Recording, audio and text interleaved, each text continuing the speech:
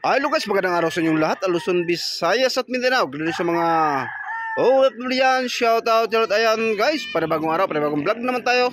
Maroon lang talagang gawin ito, Mitsubishi Strada na naman. Ayan ang issue to guys. Sabi na sir, pag pinipihit manibila, parang may clearance, laking clearance. Kaya pansin ko dito guys, ang kanyang rack and pin niya, rubber support, ang ating papalitan. Kasi ito na guys, nabaklas na namin.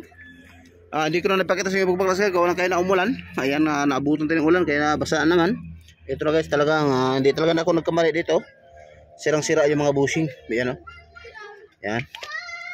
Tapos ito. Ayan. Ayan, pansin natin guys o. Wala na. Durog talaga. Tapos ito guys, pansin natin, buo pa pero napakaluwag na nito.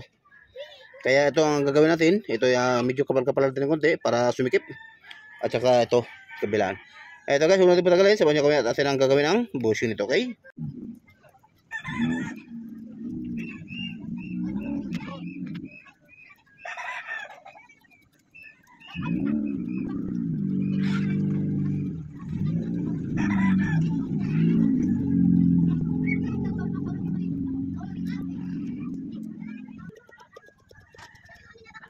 Ito guys ang ating bushing. Ito guys ang ginahin natin. Ito yung medyo pinapalan natin kasi ito yung manipis na kaya sa malawag. Ito yung lagay ng pinakaiwas gitna. Yan. Okay. Tapos ito guys ang dalawa yan. Biro na rin. Kasama tenis na rin. Ngayon nag-uulad na rin. Sabay mamaya. Ito yung kakabit. Okay. So guys, ito yung kakabit. Yan. Tapos ito yung tulio. Yan. Ito na yan.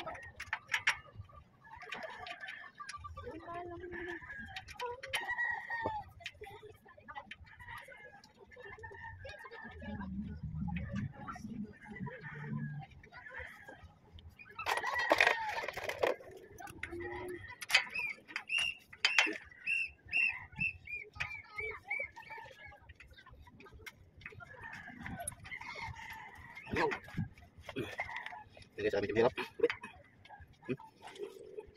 Kalau bagaimana?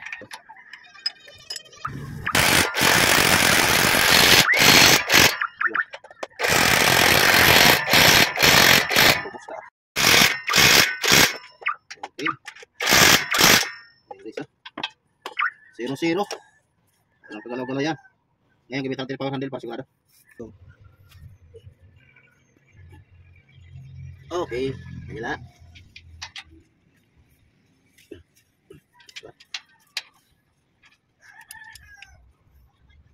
Apa? Ayaw guys. Okay, tas.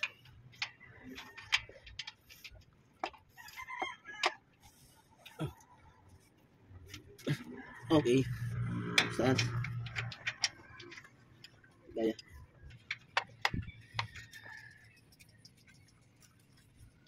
Ay. Saka.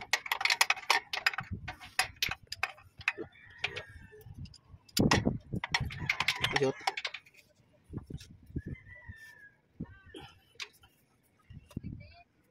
Ay, sakit. Sakit guys.